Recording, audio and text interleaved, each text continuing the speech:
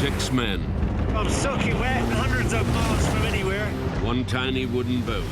This is almost impossible. And the most dangerous feat of survival in the history of exploration. The waves are breaking all around us. Can these men repeat the extraordinary achievements of Sir Ernest Shackleton? The whole thing is a bloody huge challenge. Sail 800 nautical miles of the roughest ocean on Earth. If you don't respect it, he'll kill you. With no engine. This is what's going to get us there. 100-year-old clothes. I can't feel the tips of any of my fingers. I'm talking fucking massive errors. This is just a survival existence. And then climb a deadly mountain range. This is an extremely remote place. It's very dangerous, and there is no hope of rescue. My God, it's hard work. We literally are last chance saloon.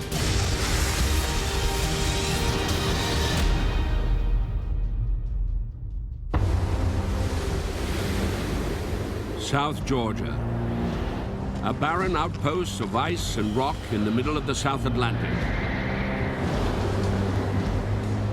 Constantly battered by gales, temperatures can drop to nearly -20 Celsius.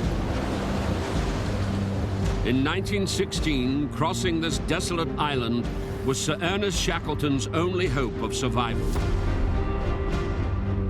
Shackleton had battled high seas for 17 days in a tiny boat to get here. His mission, find help to rescue the starving shipmates he'd left 800 nautical miles away after their ship was crushed by ice.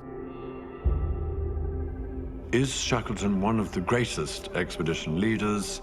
Yes, he definitely is. He had absolutely no choice of survival. He had to do a rescue party. And what he did, you can't fault it. And it's a great story of survival. After landing on South Georgia, the help Shackleton needed was 40 kilometers away at a whaling station in Stromness on the far side of the island. To get there, Shackleton had to traverse deadly glaciers and an uncharted mountain range. By taking on this incredible journey, Shackleton saved 28 lives, securing his place in history as one of the greatest leaders of all time. Shackleton has influenced so many aspects of the way we regard challenges and leadership, and set such a positive example for so many.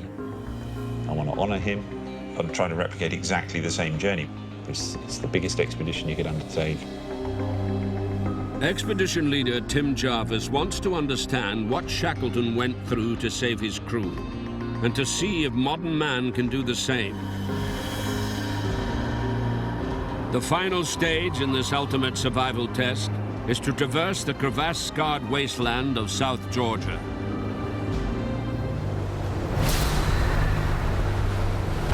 So far, Tim and his team have survived a grueling ordeal in a replica wooden boat across the most violent sea on the planet.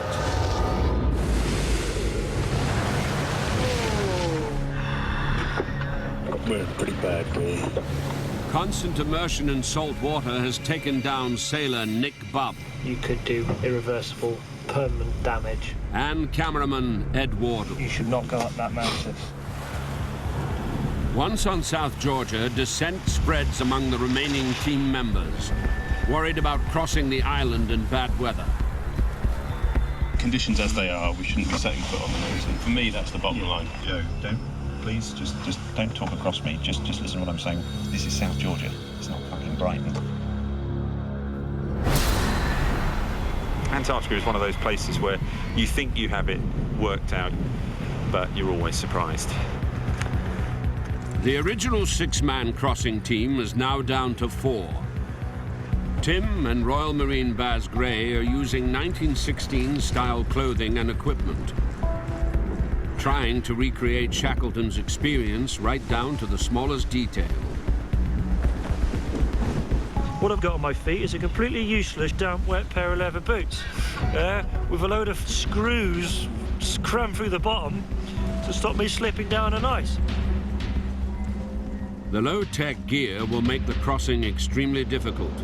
And with the weather uncertain, it's too dangerous for all of them to wear period clothing. So Paul Larsen and Seb Coulthard will use modern clothes and carry safety equipment to provide backup if there's an emergency. We've got the basic necessities we need to support someone if they go down. Following the team and filming the expedition are mountaineering cameraman Cy Wagen and Joe French.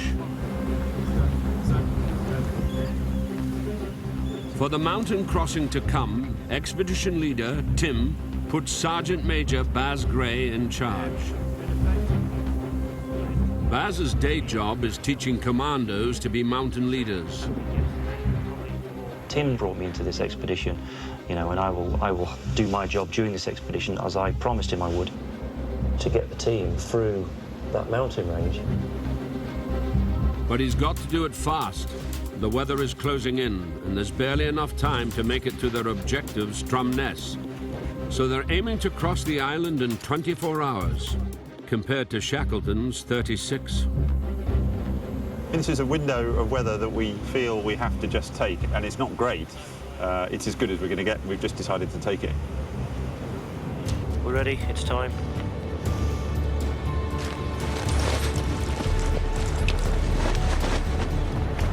Let's do this. Yeah, absolutely.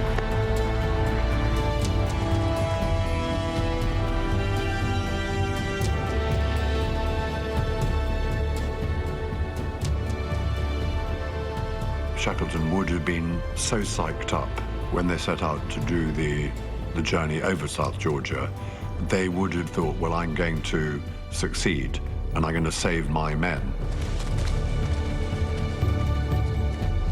Dusk approaches, and as the team hike into the mountains, observer ship Australis battles along the coast of South Georgia. Australis will stay as near as possible to the team as they cross the island. The ship is their only backup if anything goes wrong.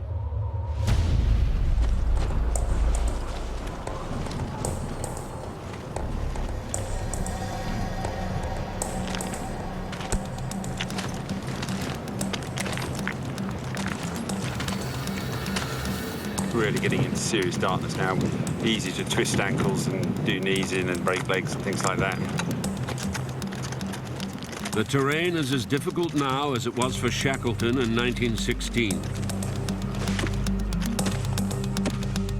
The interior was broken tremendously. High peaks, impassable cliffs, steep snow slopes, and sharply descending glaciers.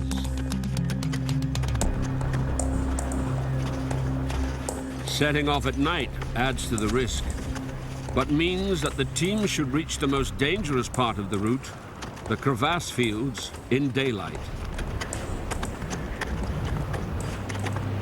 What's up, Si? Baz! But only 2 hours into the crossing, there's a problem. You okay? I cannot feel from my hip down to my ankle. Might be an idea. Mountaineering cameraman Cy Wagen developed serious problems with his left leg. Absolute fucking agony. Cy is in what he's describing as agony. It's just like someone shoving red hot needles through my knees. He's been to the North Pole and Everest, but South Georgia is proving too much for Cy Wagen. It's so remote here that any medical problem must be taken seriously. There's only one thing Tim and Baz can do. I'm going to have to inform the support boat to come and do an extraction of Si. We as a team are going to have to move down to Possession Bay to have Si recovered. The emergency procedures and the 21st century come crashing in. Hi Ben, it's Baz. You all right? Right, mate. I'm utilising Escape Route Pink. Baz deploys the pre-arranged medical evacuation plans. The casualty is Si. He's got serious pains in his left leg. On board Australis, Dr. Alex Kumar is worried. Try to immobilise as best as you can, because he'll be at risk of a deep vein thrombosis. That is serious, and that's life-threatening. It's getting worse and worse. If the suspected blood clot reaches Sai's lungs or brain, it could be fatal. But evacuating him will take time, and it means the team's weather window will be even tighter. It's just made me instantly aware that everybody is the potential weakest link in the chain. And it's made my life infinitely more stressful as I've suddenly realised that these events can unfold in that way. The observer ship can't move to the rendezvous until daybreak, in 4 hours' time. With Sai worsening, the team are forced to put up the emergency tents and wait. I've watched plenty of expeditions on TV in the past, and it's always about the people in front of the camera. In this case, it can't be like that. This is an extremely remote place. It really is a joint push all the time.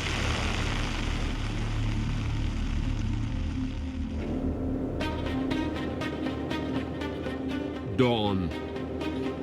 As Australis moves into position, the team helps Sai limp towards the extraction point. Fucking hell. Look at that, look.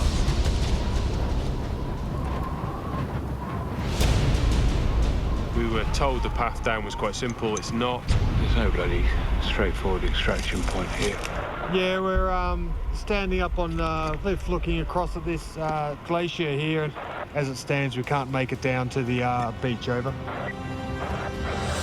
From the bridge of Australis, a kilometre away, they can see just how bad the situation really is. They're about to find a very large crevasse there. Looks too big to cross, and doesn't look like there's much of a snow bridge there. They're in a very dangerous place right now. Have you spotted a way, Sai? On a cliff high above Possession Bay, South Georgia, cameraman Sai WAGEN has a suspected blood clot and needs medical attention fast. The team need to get him to the observation ship, but the evacuation route is blocked by a sheer drop.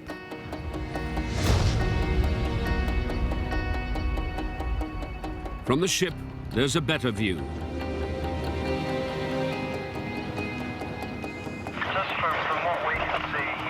If you were to traverse across the first snow tongue, then the rock tongue, and then a complete diagonal down to sea level. Okay, copy that. I'll find one. The casualty is an experienced climber, but he's in agony and heavily medicated for the pain.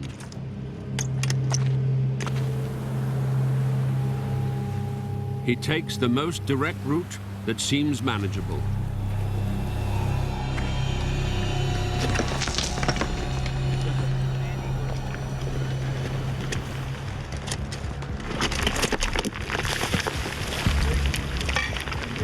It's definitely not the best route. We advise them to take the diagonal across the cliff face.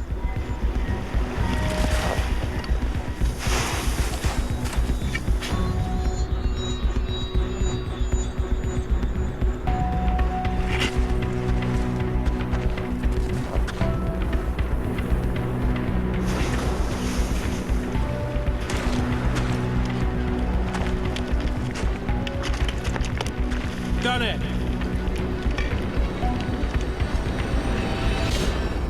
Sai has made it to the safety of the beach, where a dinghy will pick him up.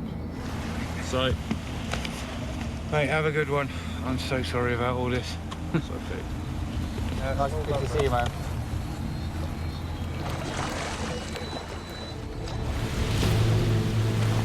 No one expected a problem to hit so soon in the crossing. They've only made 8 kilometers out of 40.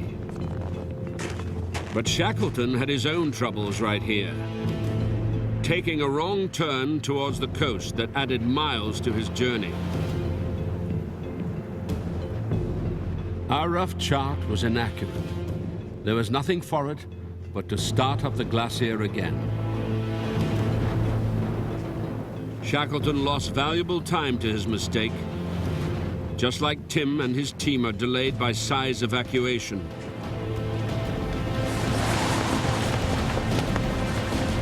And there's a heavy price to pay.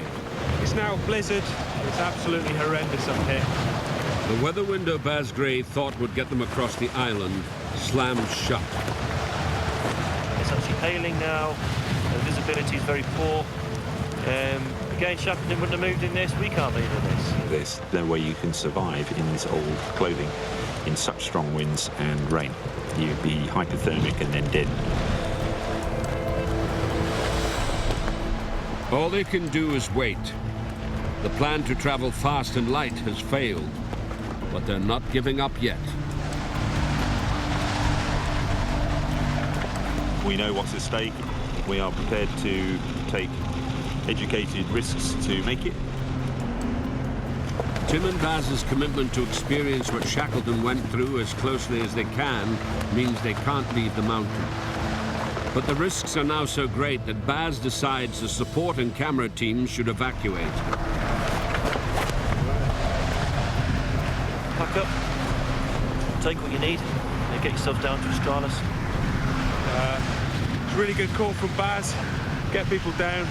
This is now pretty much a whiteout.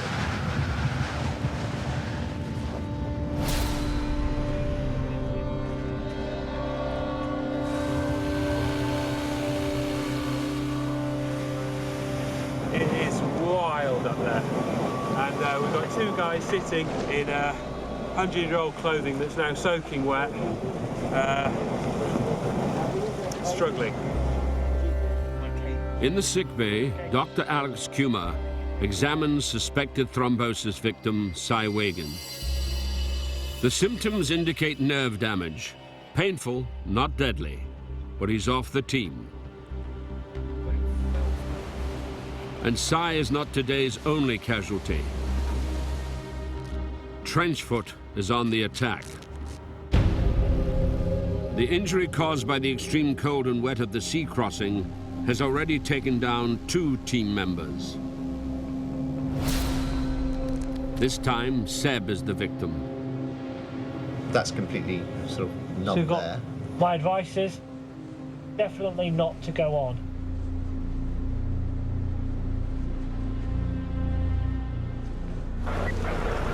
Yeah, Tim, I've got to update you on how I'm feeling. My right hand foot is not feeling great. I'm sorry to say that. I don't think I feel I can continue. I just want to let you know that first before anything else. Over. Okay, Seb, thank you for that. Seb's out of the game too. 3 of the 6 explorers who started the expedition are now medically incapable of continuing. And the team is also down one of their 2 mountaineering cameramen.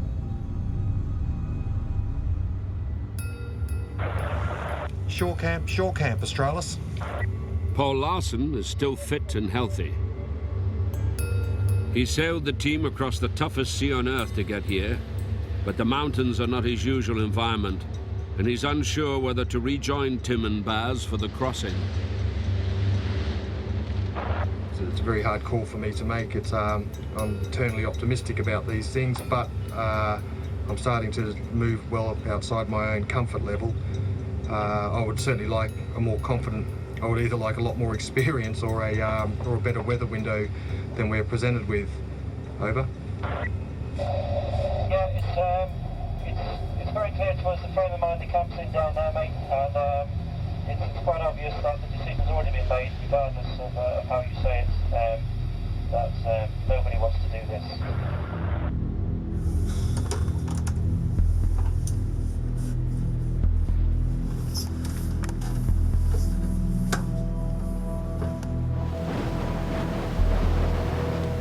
Our 6 other potential colleagues in this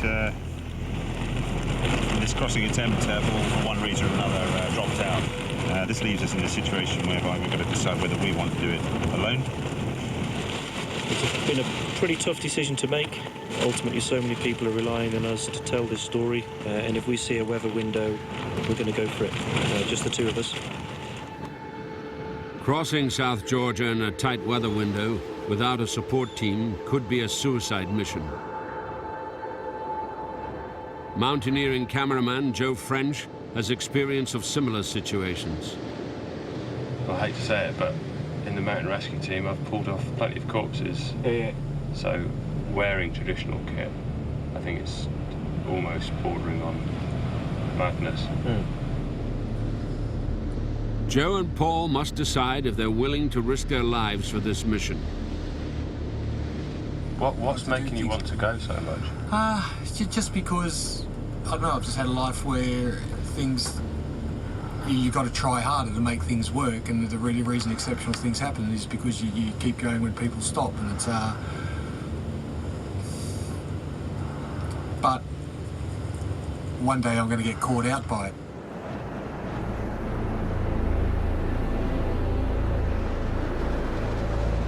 Overnight, the wind increases. We've got gusts of up to 85 knots down here today. Paul and Joe set off up the mountain to talk with Tim and Baz.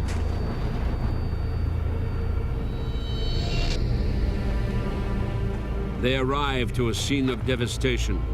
High winds have crushed one of the two emergency tents. Our tent got blown into submission in very, very tough winds. The expedition hangs in the balance. With just a single three-man tent left, there's now only enough room for one other person to make the crossing.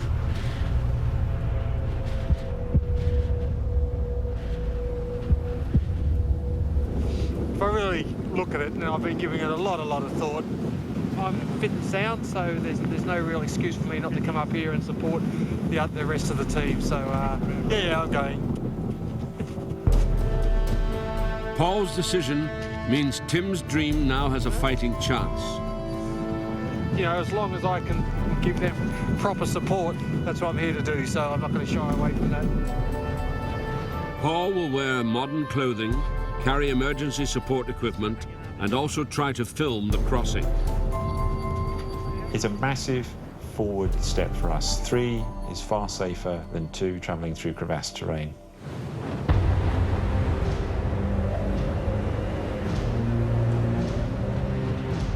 Next day, there's an unexpected lull in the weather. It's still far from ideal, but Tim and Baz decide to attempt the crossing. There's absolutely always risk with situations like this, but it's our last window. We don't go now, this thing isn't going to get done. I think we need to get going. Yeah. Okay, let's go. Let's go.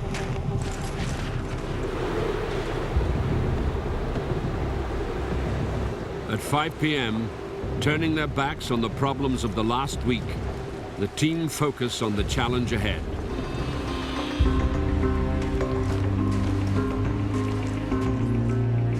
Over 30 kilometers of man against mountain.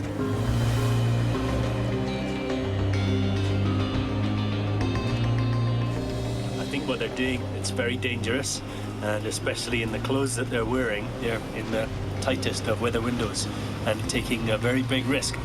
If they make a mistake, then they could very easily get into trouble. And considering where we are, there is no hope of rescue.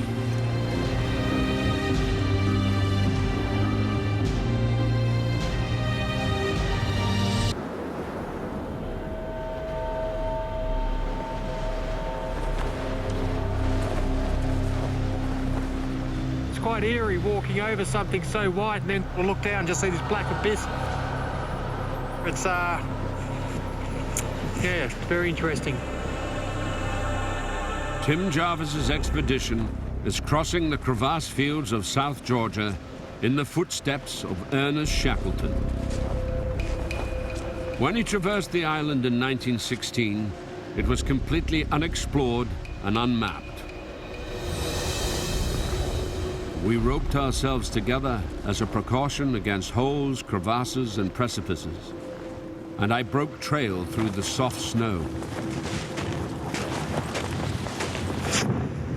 Wow. Well, look at this, we've just done our first hour. For once, all this whiteout's cleared up. That bleak scene is actually a sight for sore eyes. The black peaks ahead are a mountain range called Trident Ridge. To be presented with this impassable wall of granite must be very, very intimidating indeed. You know, it's amazing to think 100 years ago, some of the first people to walk this route were playing around in this bowl, right here.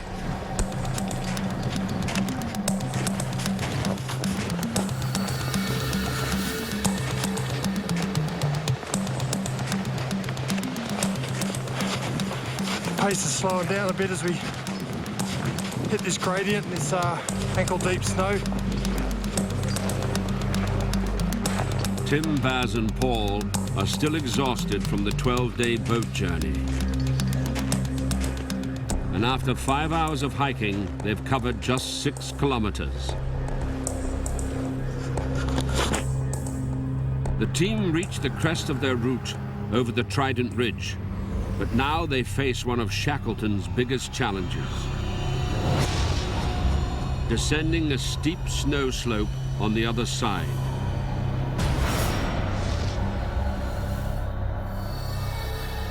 We could not see the bottom clearly owing to mist and bad light, and the possibility of the slope ending in a sheer fall occurred to us. But the fog that was creeping up behind allowed no time for hesitations. Shackleton was desperate, and despite being unable to see what lay below, he chose the quickest but riskiest way down. There goes Paul! With better visibility, Tim, Baz, and Paul can see to the valley floor and find out what their heroes really experienced. We seemed to shoot into space. I yelled with excitement and found that Shackleton and Crean were yelling too. Woo! Banana hollering!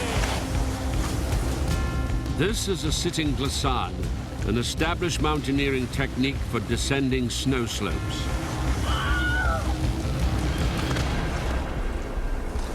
That'll do us. That was that. That's the walking, mate. Well, there you go.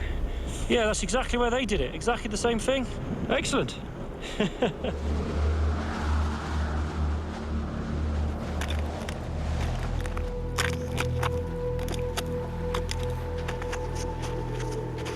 The team reached the edge of the Crean Glacier, named after Tom Crean, Shackleton's second officer. They've been on the go for 6 hours. At this point, Shackleton marched on through the night. The full moon, which rose ahead of us, made a silver pathway for our feet. We could have had no better guide. Tonight, there's no moon to help find a way through the crevasse field ahead. The dark makes it too dangerous to continue, and at 0 degrees Celsius, it's too cold to last the night without shelter. Their only option is to resort to the emergency tent.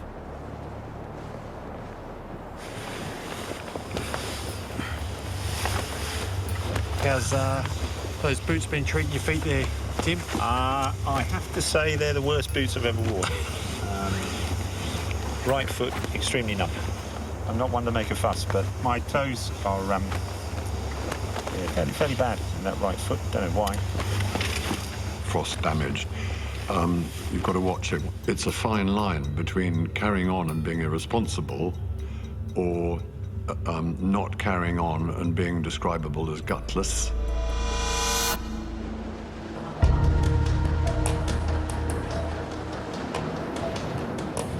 Next morning. Okay, about to set off from Crean Camp. We've got a big day's hike ahead of us.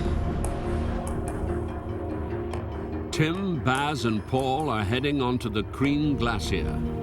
This part of the route takes them furthest away from the observer ship. If anything goes wrong now, rescue is virtually impossible.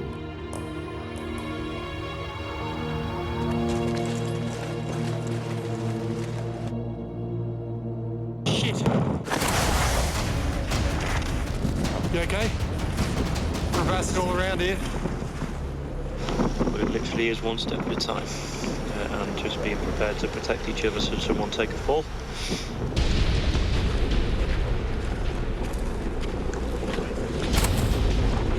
It's just mind-blowing, absolutely mind-blowing. This is what we came for, this is what I came for. I'm getting it.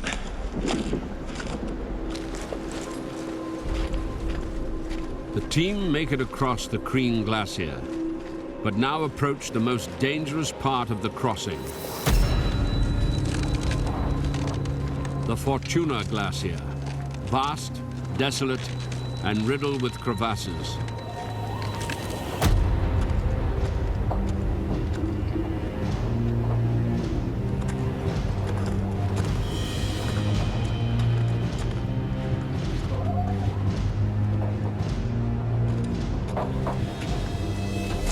Like walking through a ghost town or deserted village. It's got that feeling about it. Destruction. Every now and then I can hear this glacier cracking. I'm walking across this narrow bridge here, looking at this bottomless, almost crevasse. It just goes down. I tell you what, you would not want to fall down there and have to fight your way out. I keep looking for the bottom and I can't see it. Right down there seems to be another crack that just keeps going deeper and deeper. On the observer ship Australis, those left behind wait and worry. None of us really know what the conditions are like on there. Depends on weather, depends on the condition of the glacier. This is the tough bit though, and this is the bit where they're really going to have to push on with their mind.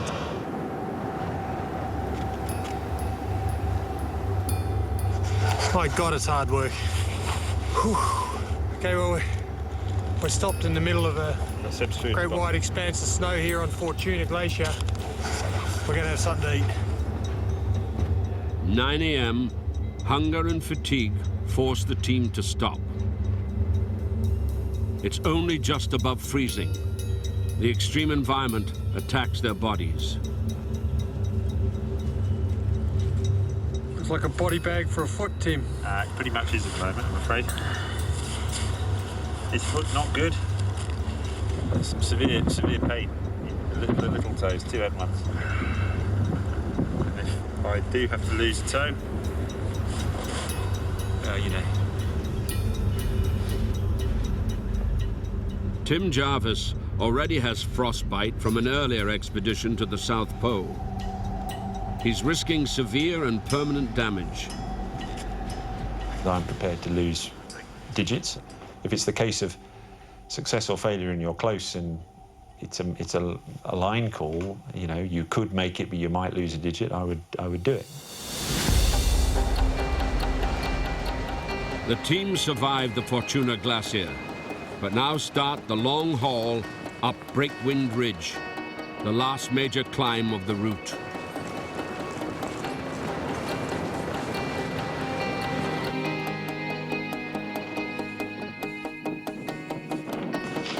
Fucking what a view. South Georgia, eh?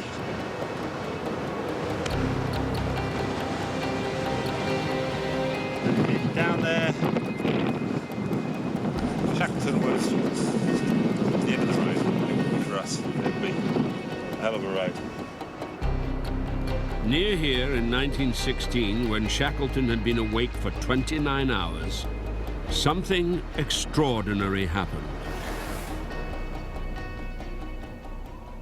At 6:30 a.m., I thought I heard the sound of a steam whistle borne clearly on the wind. Never had any of us heard sweeter music. It was the first sound created by human agency that had come to our ears since 1914.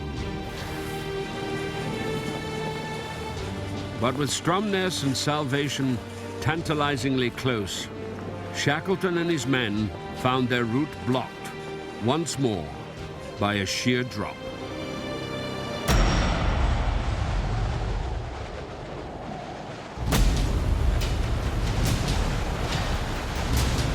Tim, Baz and Paul are now faced with the same frightening scenario.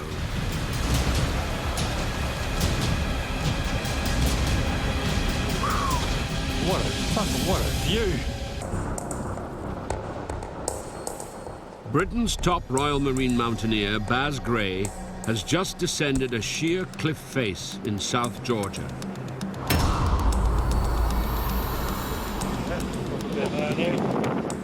Closely followed by a novice climber, sailor Paul Larsen. That is what we just walked down. Got to admit, I was pretty bloody nervous up there. That's not my forte, and been ice crampons and stuff, and coming down there, you know, one slip will lead to bruising. Perfectly acceptable. Why wouldn't you come down that? Why wouldn't you, Paul? That was mental. The relief at having descended to relative safety turns sour as they realize there's another hill and 7 kilometers to go.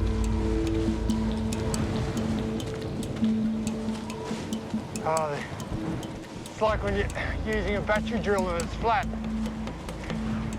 and you leave it for a minute, you get another couple of turns out of it.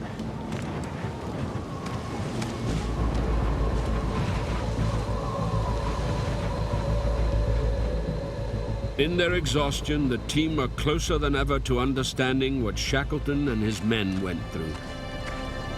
If ever I felt more like these guys, if ever I wanted the experience and, you know, felt like I was walking alongside them, probably be about now.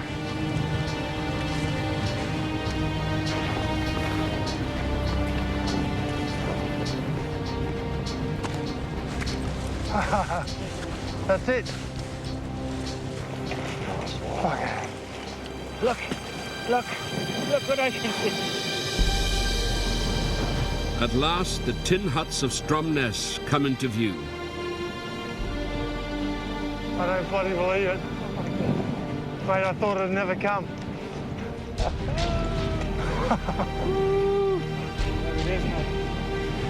There she is.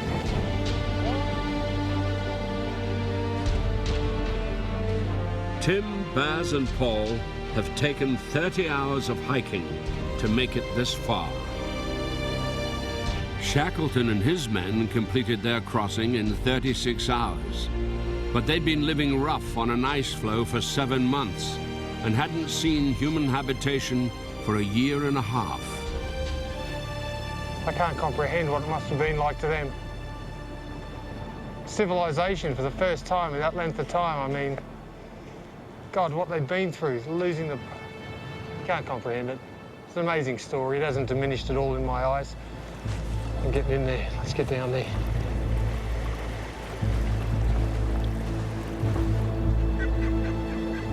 Right in front of us. God almighty, imagine what that looks like. That's one of the guys.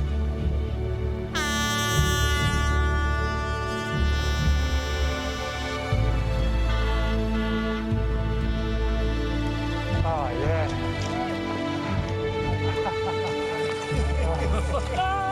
What was that about? Done it! No, we all did it. We all did it. We all did it. Well done, guys. You just focus and focus and focus and focus and focus on the end and just overcoming the obstacles, and then all of a sudden it stops, and it's bloody brilliant. Oh, it's very smelly. Paul. Well done. The old guys were iron men in their wooden boats, and this proves that modern man can do the same thing. You can still muster the endurance and the courage and the perseverance to pull something like this off, and it's a tribute to everybody involved. And it's happened because we just did not give up.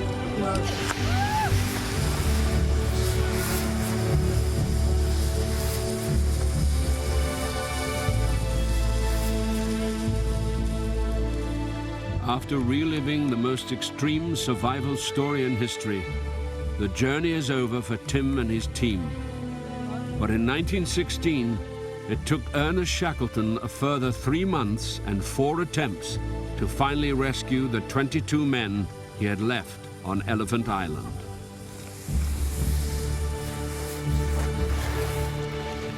His expedition to cross Antarctica may have failed. But by rescuing the men under his command from the most perilous of situations, Shackleton secured his legacy as the ultimate leader. Shackleton's method of saving people reflected his stubborn, amazing character. He had got an amazing character, Shackleton. He'd make the right decision in order to survive, and through very practical and bold behavior, he succeeded. A wonderful achievement of survival. In 1922, Shackleton returned to South Georgia, intending to circumnavigate Antarctica. It was here he died of a heart attack.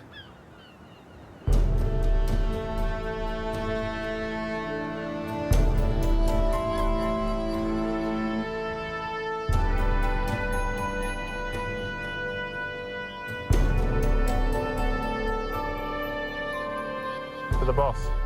To the boss. The boss.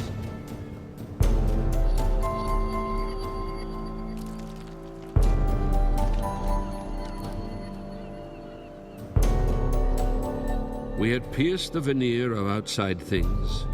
We had suffered, starved, and triumphed, groveled down, yet grasped at glory, grown bigger in the bigness of the whole. We had reached the naked soul of man.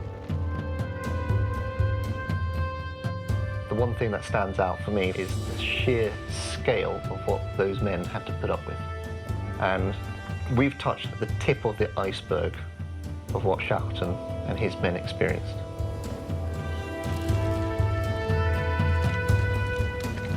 It was a bit of a battle, and it was very real, and it was something I'm very, very proud to be a part of. These guys, they were the real deal. They were tough cookies, and the